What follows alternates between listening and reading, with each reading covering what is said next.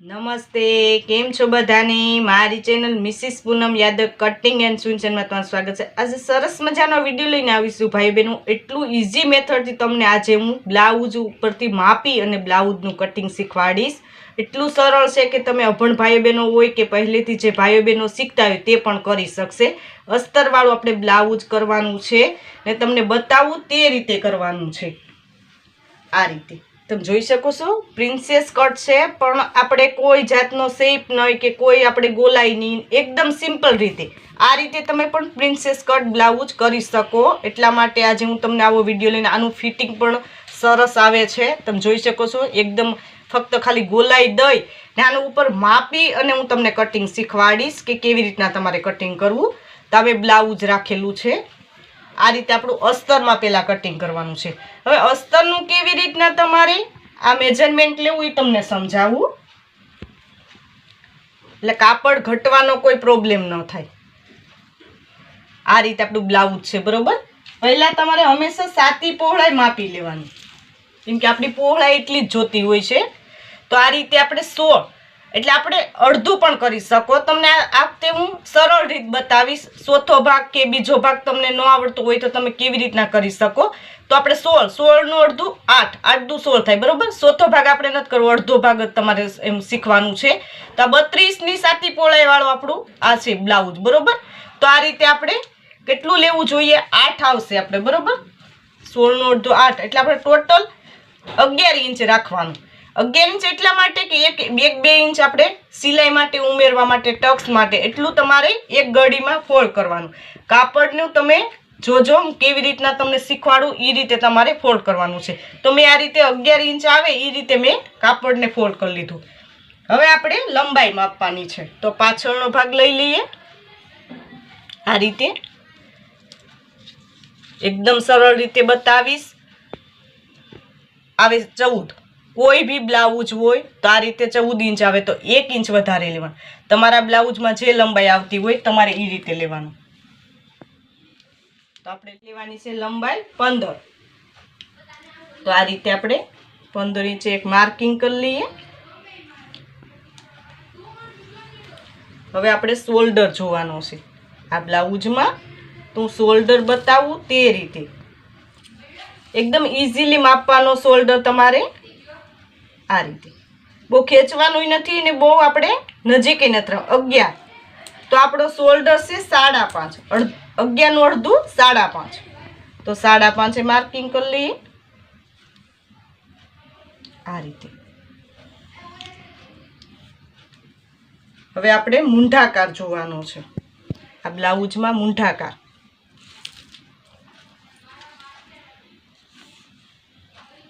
તો હવે 6, તો 6 ઇંચ માર્કિંગ કરી લઈએ।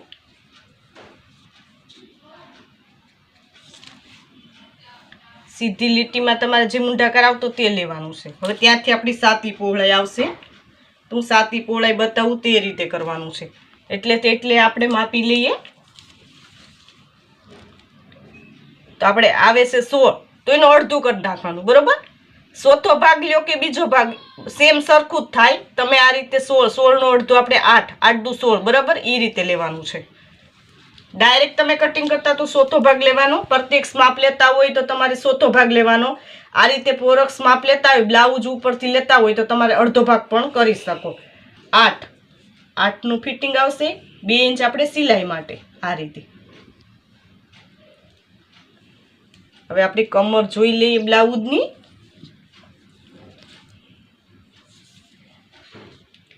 હવે 14, તો 14 નું અડધું 7, બરોબર।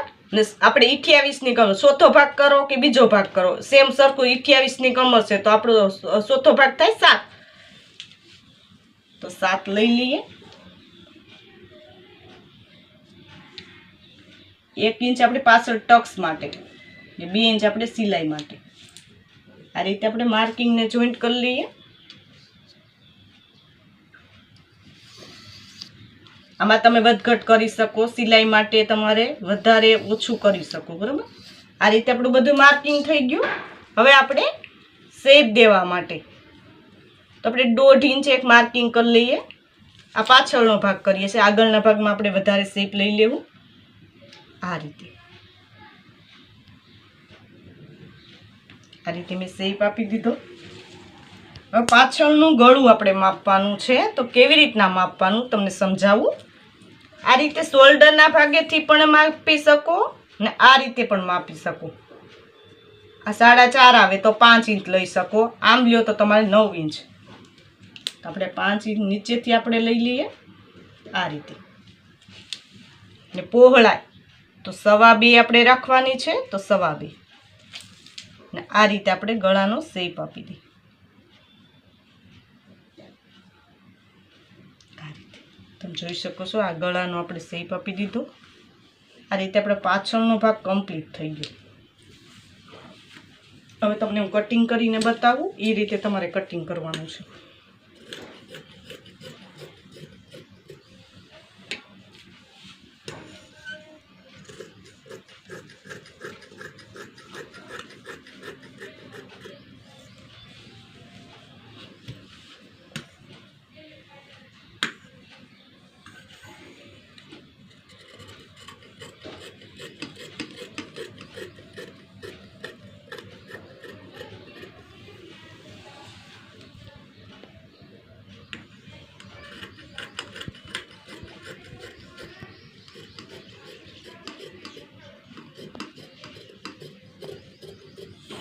આ રીતે આપણો પાછળનો ભાગ કમ્પ્લીટ થશે. તમે જોઈ શકો છો, આ રીતે તૈયાર થશે.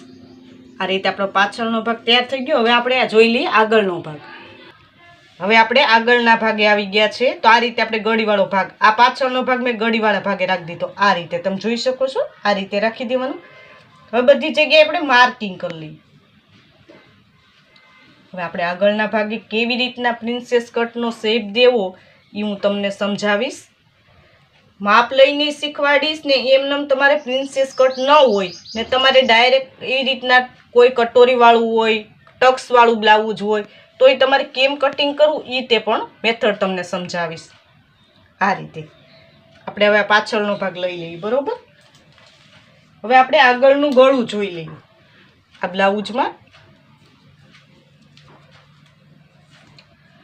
5.5 બરોબર, 5.5નું છે. ને જે આ ગોલાઈ દીધેલી છે આપણે પ્રિન્સેસ કટની એ માપી લઈ. ન હોય તો એ તમારે કેવી રીતના કરવું એ તમને 3 બરોબર.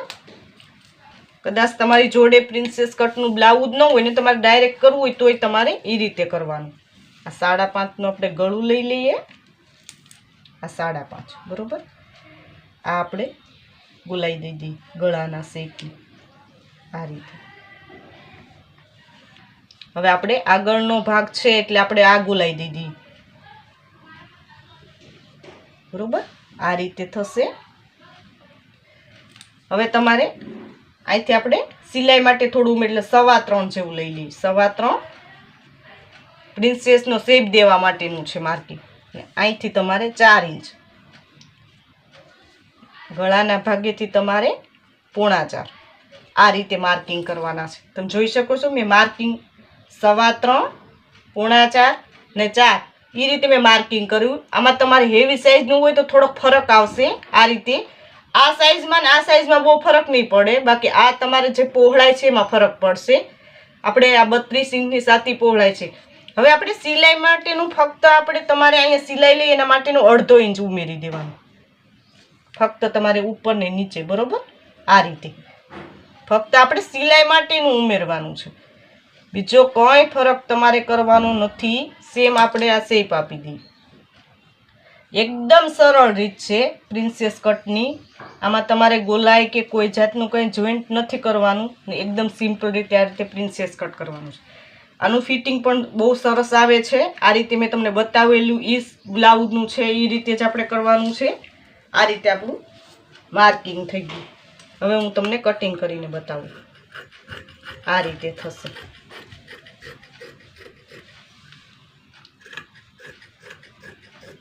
જોઈ શકો છો સુંદર મજાનું આપણે કટિંગ થઈને તૈયાર થઈ જશે. આ રીતે તમારે શીખવાનું છે. જે પહેલેથી ભાઈઓ બહેનો શીખે એને ગોલાઈ દેવામાં ને થોડો પ્રોબ્લેમ થતો હોય તો આ રીતે તમે પ્રિન્સેસ કટનું કટિંગ કરી શકો.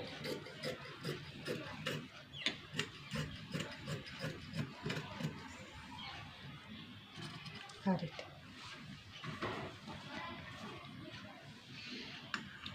આ આપણે ગળાનો ભાગ છે. આમાં લંબાઈમાં વધઘટ કરી શકો તમે. આ આપણું પ્રિન્સેસ કટના શેપનો ભાગ છે. આ રીતે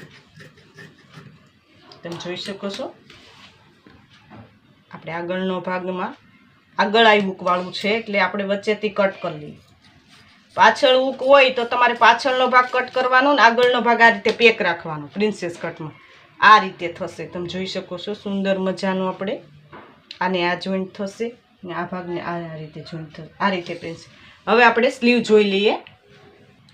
હવે આપણે સ્લીવ જોવાની છે તો એક વખત ગળીમાં રાખીને એ વખત બીજી વખત એટલે 4 ભાગ થવા જોઈએ. 2 ને 2 4 ને આ રીતે 2 ગળી હોવી જોઈએ. આ રીતે કાપડને ફોલ્ડ કરવાનું. હવે આપણે આ સ્લીવની લંબાઈ જોઈ લઈએ. બરાબર, આમાં કેટલી લંબાઈ છે તે પ્રમાણે આપણે લેવાની છે. 10.5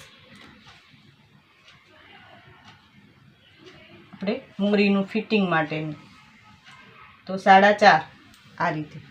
10.5 છે તો આપણે 11 લેવાની. આપણે અસ્તરવાળી છે એટલા માટે. સાદું હોય તો 1.5 ઇંચ તમારે લેવાનું. બરાબર, 1/2 ઇંચ ઉમેરી લીધું. હવે આપણે પાછળનો ભાગ લેવાનો છે. તો આ મૂંઢાકાર છે. બરાબર, તો મૂંઢાકારમાં આપણે આ રીતે પણ તમે રાખી શકો. એકદમ સરળ રીત બતાવું તમને. આ સિલાઈ માટેનું એક્સ્ટ્રા આપણે આ રીતે કાપડ લઈ ને આ રીતે માર્કિંગ કરી લેવાનું. તમે જોઈ શકો છો એકદમ સરળ રીત છે. આ મૂંઢાકાર છે. આ રીતે આમ કે આમ નથી રાખવાનું. આ રીતે સરળ રીતે રાખી દેવાનું છે. આ રીતે તો મૂંઢાકારમાં તમારા સ્લીવમાં વધઘટ ક્યારેય નહીં થાય. આ રીતે તમારે કટિંગ કરવાનું છે. 4.5ની આપણે મોરીનું ફિટિંગ માટે છે તો 4.5 ને 2 ઇંચ આપણે સિલાઈ માટે ઉમેરેલી. આને આપણે જોઈન્ટમાં દઈએ. અહીંયા આપણે રાખી દઈએ 1.5-2 ઇંચ જેટલું. આ રીતે રાખીને આપણે શેપ દઈ દઈએ. આ રીતે સ્લીવ બનશે. તમે જોઈ શકો છો. હરેક વિડીયામાં બતાવું એ રીતે આપણી સ્લીવ તૈયાર થઈ જશે. આ રીતે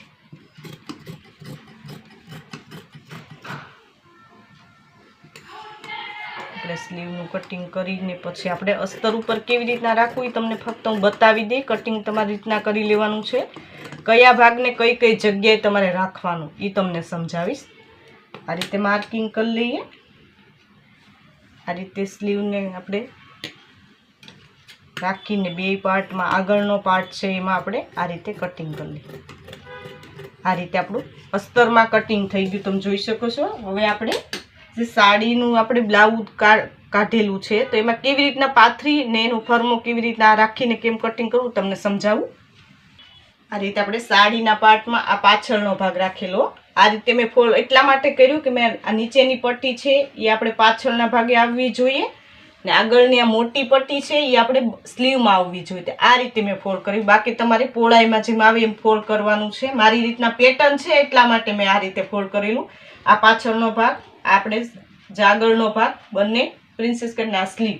તો હવે એનું માર્કિંગ તમને થોડું થોડું બતાવી દઉં. આ રીતે આપણે વધારે થોડું રાખી ને બધી જગ્યાએ માર્કિંગ કરી લેવાનું છે. આ રીતે તમારે જો કોઈ પેટર્ન હોય પટ્ટી વાળી તો આ રીતે તમારે ફોલ્ડ કરવાનું. પાછળના ભાગે આપણે પટ્ટી આવશે ને સ્લીવમાં પણ પટ્ટી આવશે. તો આ રીતે તમારે ફોલ્ડ કરવાનું.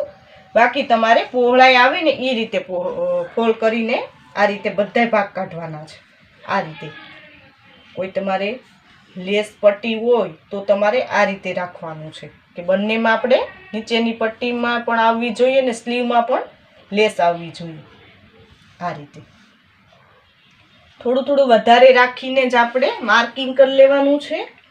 અસ્તરમાં સ્લીવમાં થોડું મારે ઘટે છે તો એના સાંધા લગાવી દઈશ બંને સાઈડ એક સરખા ને પછી આપણે સ્લીવને જોઈન્ટ કરીને આપણે અસ્તરનું કટિંગ કરી લેવાનું છે. આ રીતે મેં માર્કિંગ કરી લીધું. હવે બધા જ ભાગનું આપણે કટિંગ કરી લઈએ.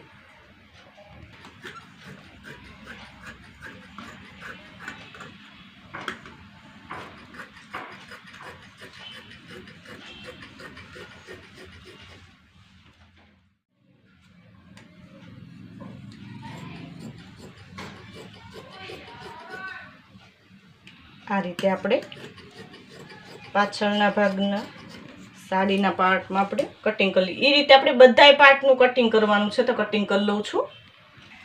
તમે જોઈ શકો છો આ બધા જ પાર્ટમાં મેં કટિંગ કરી લીધું. આ રીતે તમારે કટિંગ કરી લેવાનું છે આપણે સાડીના બ્લાઉઝમાંથી. આ રીતે મેં સરળ રીતે, એકદમ સરળ રીતે બતાવેલું કે પ્રિન્સેસ કટ હોય બ્લાઉઝ તો એની ઉપરથી માપી બ્લાઉઝ ઉપરથી કેવી રીતના કટિંગ કરવું.